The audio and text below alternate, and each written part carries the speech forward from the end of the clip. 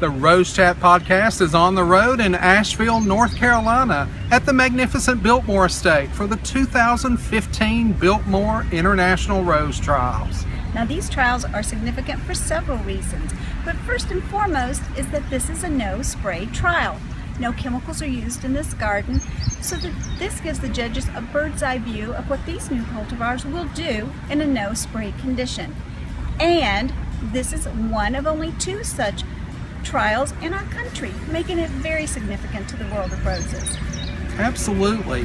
There is a team of judges assembled here today to judge these roses on multiple criteria, from disease resistance to, yes, even fragrance. So we can't wait to see who's going to be the winner of the coveted George and Edith Vanderbilt Best in Show Award.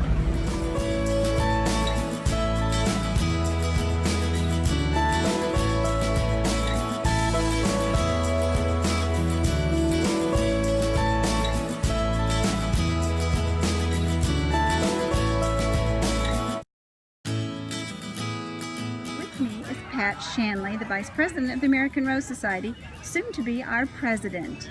So, Pat, you've been a part of this endeavor for the world of roses from the beginning. How important do you think this rose trial is to the world of roses?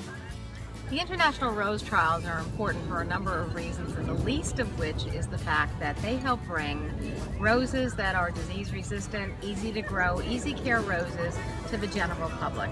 What we want is to provide the general public with a successful growing experience. Because once somebody grows a rose and they're successful with it, they'll want to grow more roses. And if they grow more roses, they're going to want to know how to grow these roses. So easy care does not mean no care, and disease resistant does not mean no disease. So therefore,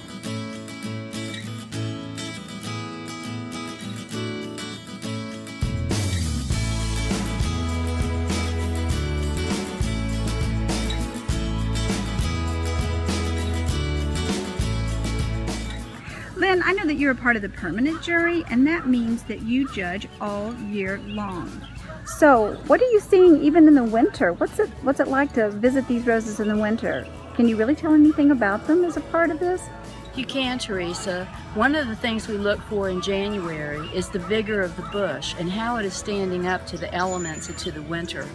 Some of the roses look very perky and they look very vigorous, even though some of them don't have many leaves. But you can tell by the canes and the way that they're standing up to disease and the hard winter winds that they are going to be good choices for the garden. We also judge again in May, July, and in September. So that gives us a good view of the individual rose bush as it goes through its season. And that will help gardeners to be able to select which roses they think would be best for them.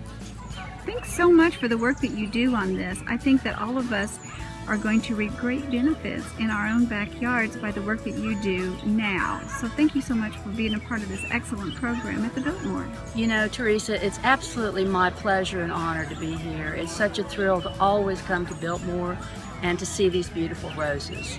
And I hope everyone will enjoy them, and especially some of the ones that have won recently. I think gardeners will want them in their gardens and they'll be very pleased with them. Last year the big winner was Miracle on the Hudson. That's and right. I have those blooming in my garden now, and they are beautiful, they are healthy, just like we thought they were going to be when we judged last year. So good news on Miracle on the Hudson in my garden. And it's exciting that Sully Sullenberger got wind of all of this excitement about the Rose Miracle on the Hudson, and he took part in a lot of Twitter campaigns about the rose. And so that was especially exciting for all of us involved in the trials. Now you can find out more about Lynn at her blog, The Dirt Diaries. She's active on social media, so you can find out what's going on in the world of Lynn Hunt just by checking into social media. Thanks, Lynn. Thank you, Teresa.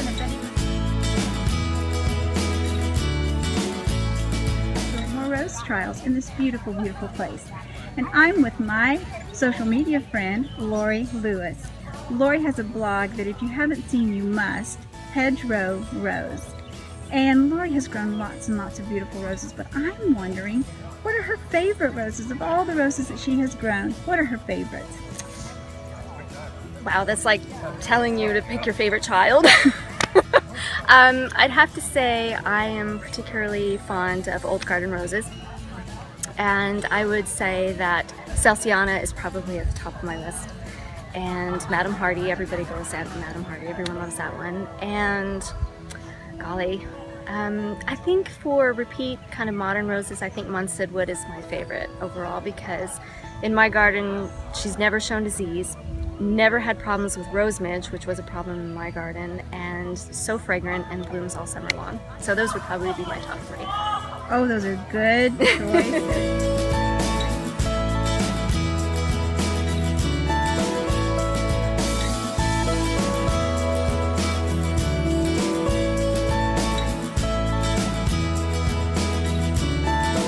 This rose garden, 120-year-old plus rose garden, it epitomizes what George Vanderbilt wanted for his guest. When I think about George Vanderbilt's guest walking through this rose garden in 1896, in 1901, in 1910, and even seeing postcards of this garden from the 1920s and the 1930s, you just feel a part of a history of great gardeners, great roses.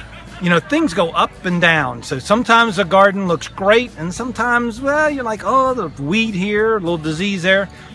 But what the gardeners have been doing the last couple of years, Cliff, all I can say is it's gotten better and better. I've been here 15 years, and it's gotten better every year for 15 years.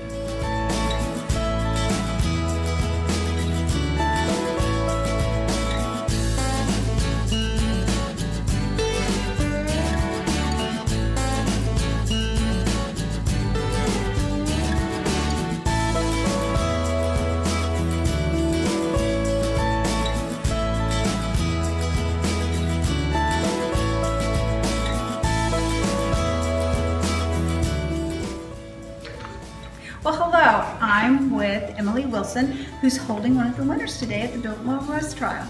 And Emily's going to share with us one of her favorite rose stories. So I often get asked what my favorite rose is when I'm working in the garden.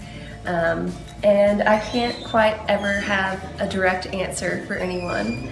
I really just don't know how to choose a favorite rose. Whenever anyone asks me what my favorite rose is, it changes almost every day to what is in peak bloom and just what my favorite color of the day is, I guess.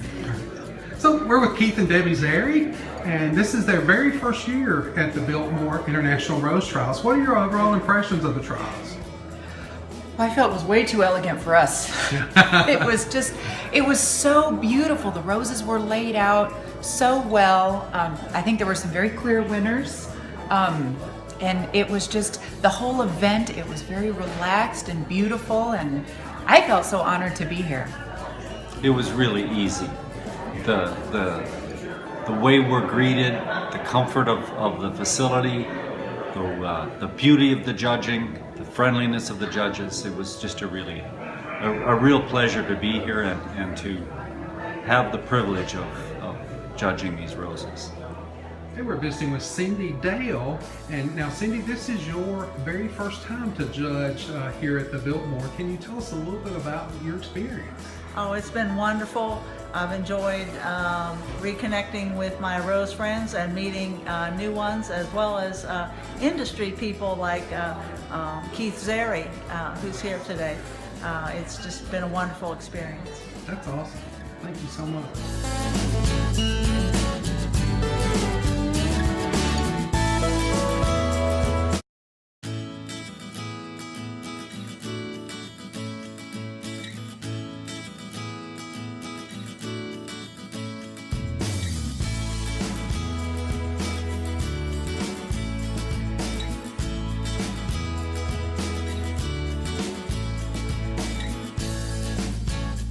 Biltmore, the entire staff, the Cecil family.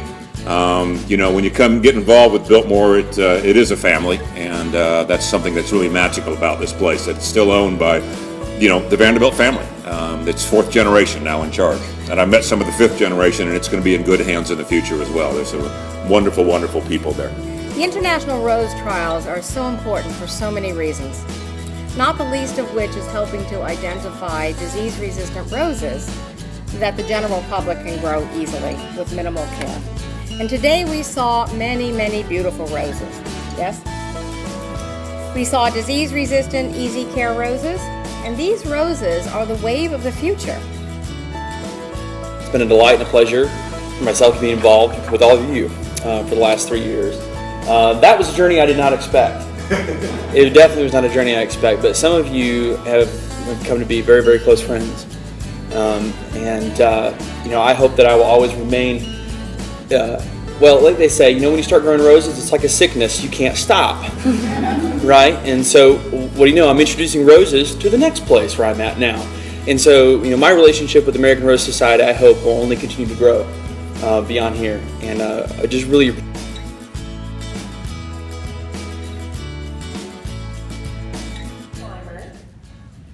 Pink Lim did this one, and it only has a number, P1144BCL.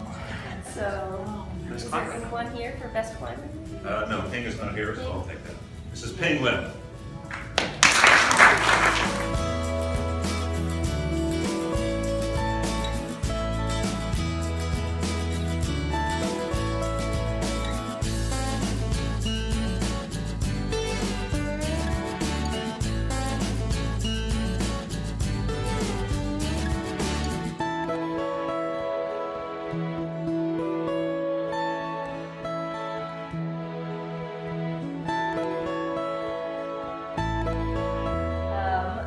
Again, Bill Radler, Connor Pyle. It's Floxy Baby.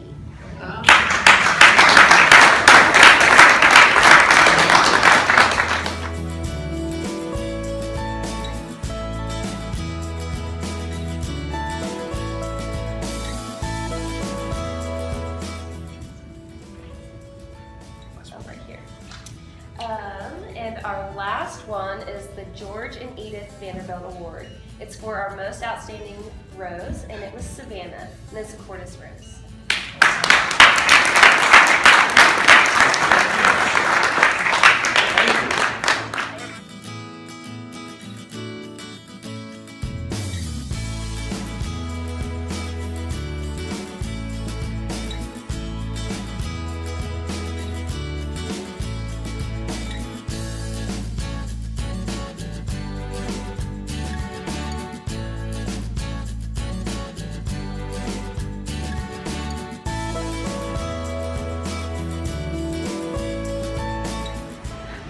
Hey y'all, the Rose Jam. Condition. No. Do you want to? I'm not ready.